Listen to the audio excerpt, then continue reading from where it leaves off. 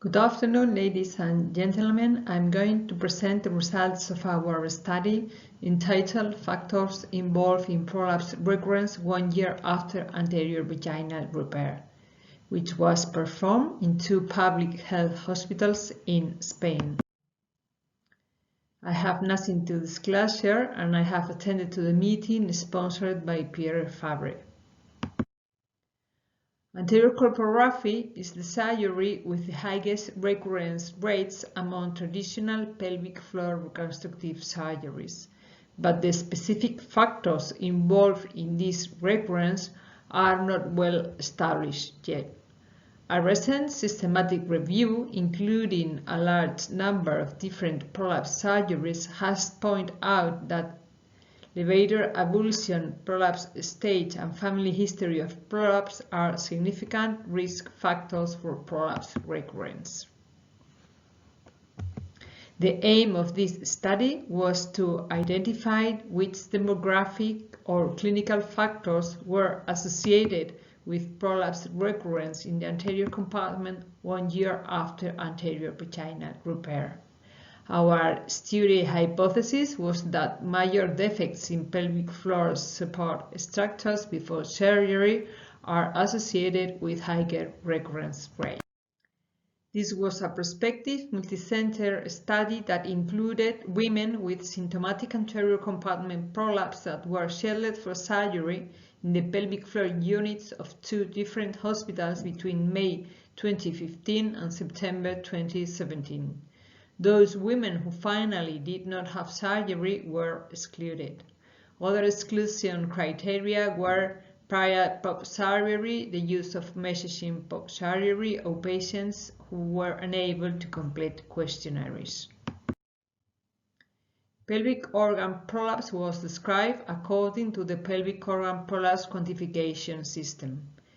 Prolapse symptoms were identified using the specific question of the validated Spanish version of the pelvic floor distress inventory short form. Levator, avulsion, and hiatal area were identified by translabial 3-dimensional ultrasonography. A complete avulsion was diagnosed on tomographic ultrasound imaging if all 3 central slides showed an abnormal insertion of the puborectalis muscle on the inferior pubic ramus. Levator hiatal area during Valsalva was measured at the plane of minimal hiatal dimensions. All women underwent a traditional anterior colporrhaphy with facial application. The primary outcomes were both anatomic and symptomatic recurrence. Anatomic recurrence was defined as a point BA in the anterior compartment equal or greater than 0. Symptomatic anterior recurrence was defined as feeling and/or seeing a vaginal bulge in the vaginal area among women who had been identified as having an anterior anatomic recurrence.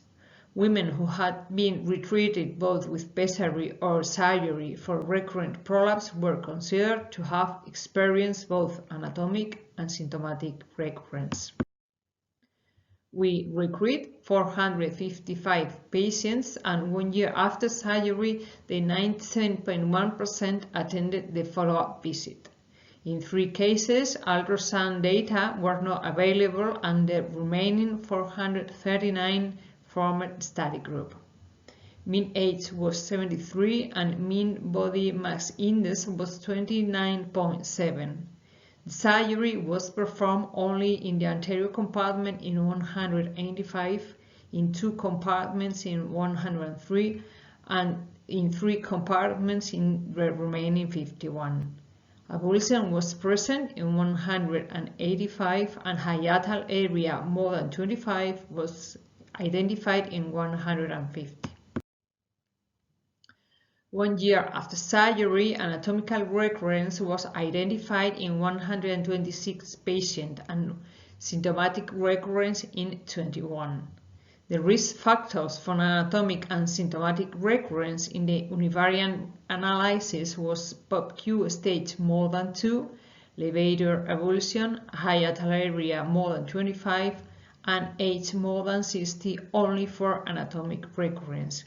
We did not find any statistical association with BMI, family history of prolapse, constipation, abdominal hernia, or bronchopulmonary disease.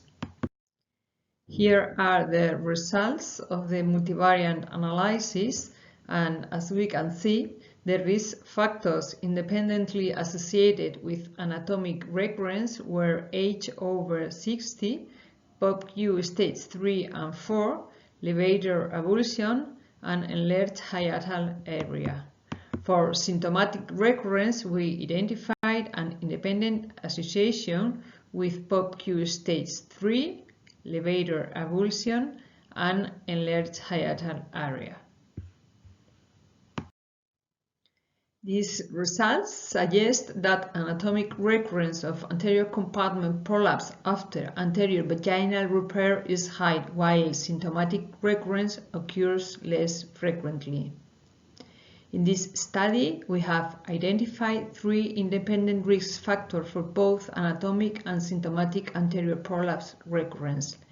Levator avulsion and abnormal distensibility of the levator hiatus area are considered muscular injuries that could favor connective tissue damage. Advanced prolapse also represents significant structural damage of the patient's pelvic floor. So, our concluding message is that major defects on the pelvic floor structures, such as advanced stage of prolapse, levator avulsion, or abnormal distensibility of the levator hiatus area, increase the risk of anatomic and symptomatic recurrence in the anterior compartment 1 year after native tissue vaginal repair. This should be considered in the treatment counseling of women assessed for this condition. Thank you for your attention, and I invite the audience to any questions about the study.